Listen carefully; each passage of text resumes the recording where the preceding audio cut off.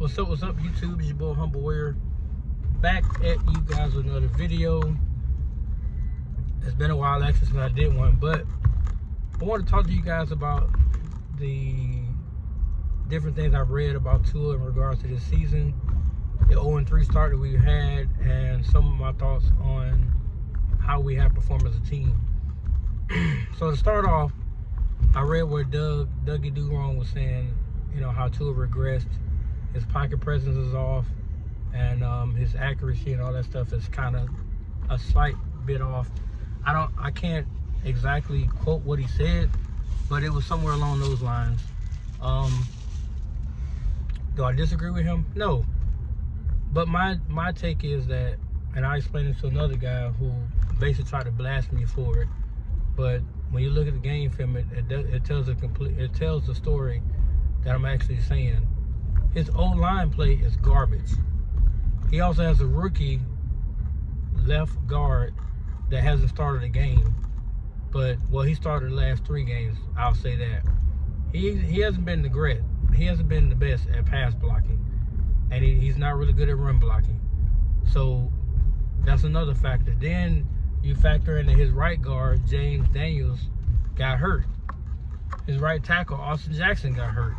So you plug 2 guys in from the right side, and Smith and I forgot the other guy's name, but Keon Smith, they ended up benching him for another guy, 64. I think his name is Banswell or something like that.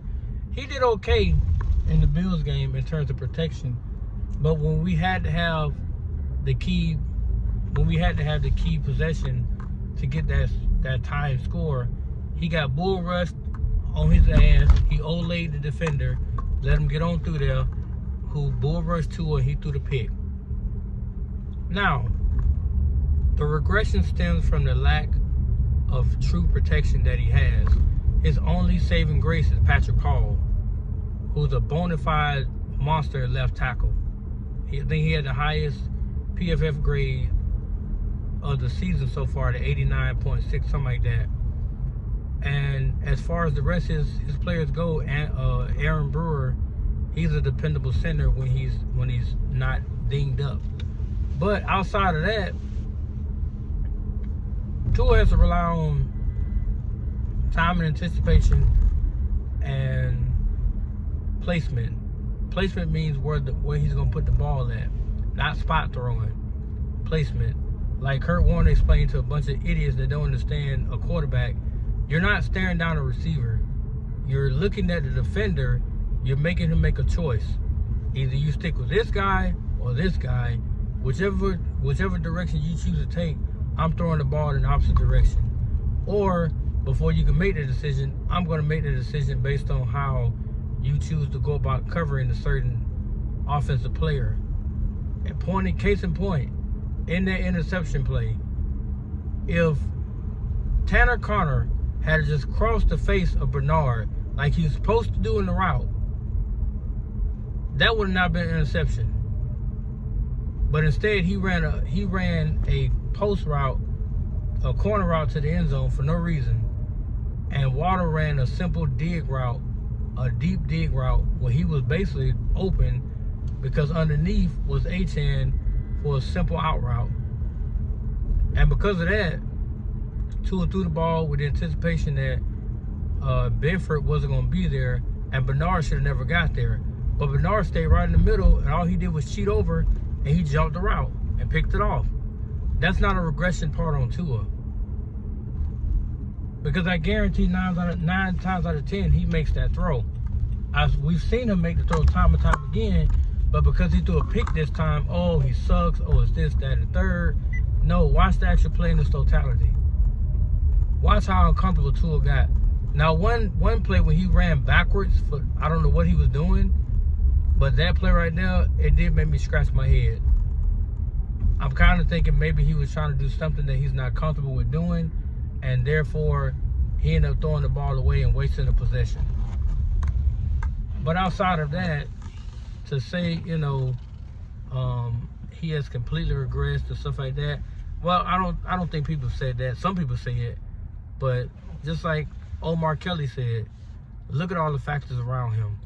Do they have to be perfect? No, but you have to have a functioning offensive line. I don't care who you are.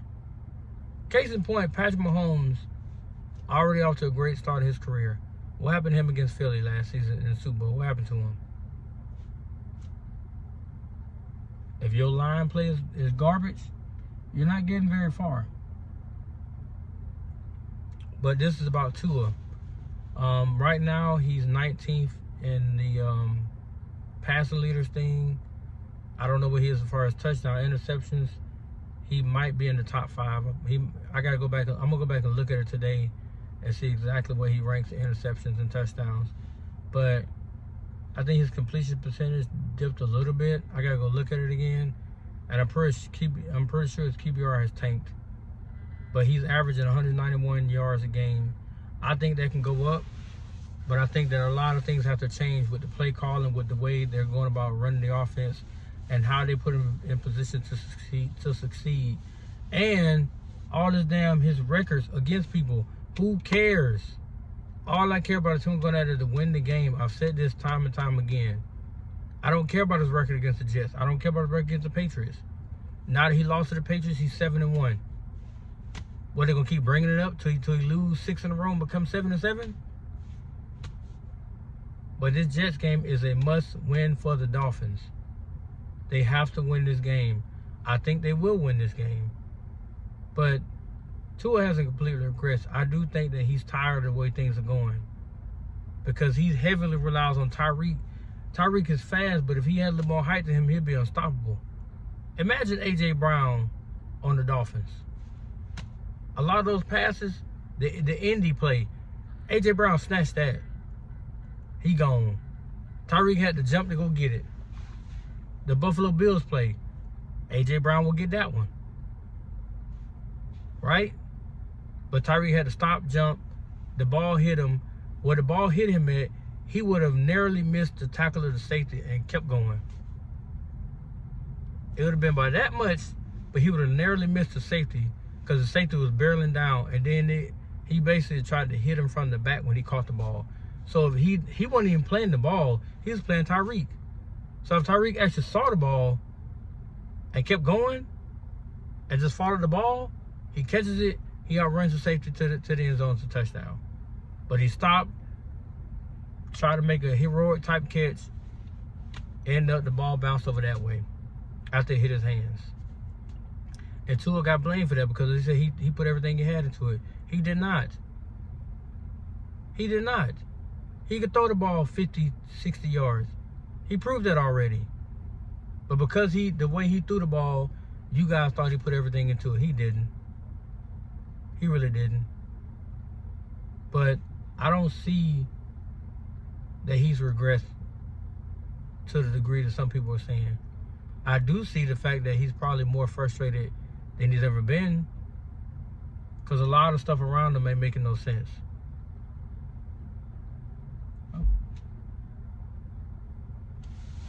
And now it's like it's not like the only game he got blowed out in was the Colts game. He lost by 10 to the Colts. He lost by I think it was 4 to the Patriots. He's not getting blowed out. But you guys seem to continue to miss the boat. It's little bitty plays here and there that are dictating the outcomes of games. The Bills game was the muff punt. Before the interception was the muff punt. Get that through y'all thick skulls. The dude not the muff punt. He roughed the kicker. Zach Sealer roughed the kicker, because they were going to get the ball back with 10 minutes and 18 seconds to go. Tua had an opportunity to go down with a tie ball game and go down and take the lead. Let that sink in for a second. He had an opportunity to go down in the fourth quarter to take the lead. He could have ran all 10 minutes off that clock. Only thing the Bills could do was use their timeouts. But because Zach Sealer couldn't control his body and ran into the kicker, they got an extra 15 yards, and they went down and scored. But people blame Tua because of the pick. Only thing the pick did was still the win for Buffalo. But it didn't deny the fact that beforehand they had a grand opportunity that Zach Sealer took away. But because Tua threw the pick, Tua took the blunt of the blame. He took the blunt of it. Even though that whole game he played damn near flawless. He missed some throws, but when it was time for him to actually go down there and score, after that first quarter, how did he look? As Shannon would say, how did he look? Water got a touchdown. Hill got a touchdown. Gordon got a touchdown. So, my thing is this, and I said this before in another video, I think Tua just needs to change the scenery. I think he needs to go to a team that would appreciate his skill set, that will amplify his skill set to the highest degree, like Sam Darnold, like Geno Smith, like all these other guys that seem to be getting these chances. Baker Mayfield is the biggest one. Baker Mayfield went from Cleveland to Carolina to LA to Tampa. And look at him now. Look what's in Tampa. They had the same core players. They just inserted Baker Mayfield as Tom Brady. Look what they had now. They didn't make the Super Bowl, man. I ain't gonna say all that. But they're in the playoffs every year, right? And they're in a weaker division. Oh my God. Atlanta's not that good. Carolina's not that good. And New Orleans sucks. Every year he's making a winning division. Every year he's making it to the playoffs. It's about where you get placed and the supporting cast around you. Because the argument can be made for Josh Allen. Every year in the regular season, he like to go.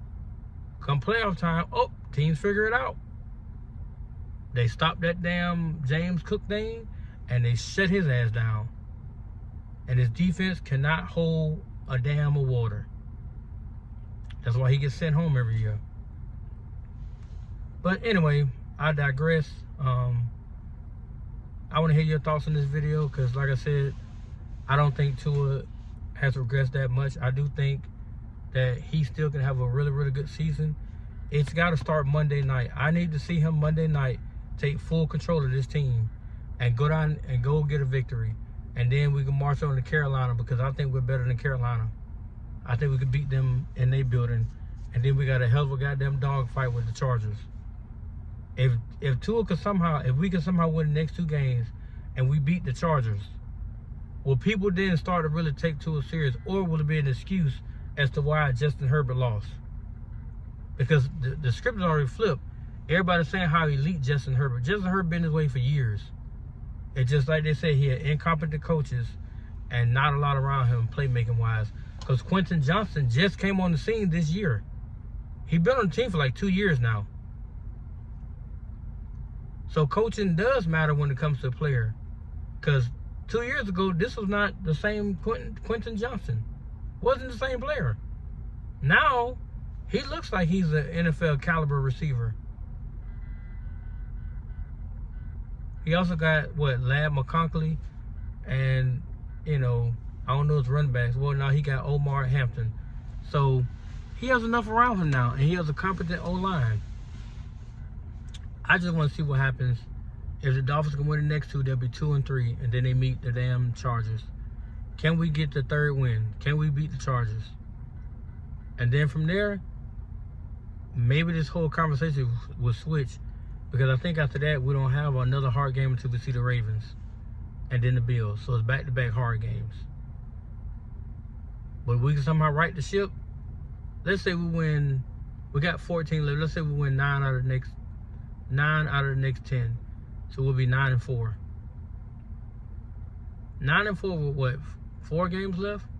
Played 3. That's 9 to 12. No, we have 2 games left. 2 games left. And one of those games is against the Patriots.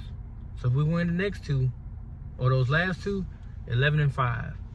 Look at that. From the start of the season, 0-3 to 11-5. It's possible now. It's possible. But stay tuned, guys. Like I said, let me know your thoughts on this Tua thing. How do you feel about him? Do you think it's time for him to move on from Tua and go to Quinn Ewers? I really want to know. I really want to know. But I got to go, guys. I'll get back to work and try to get some stuff done. Peace.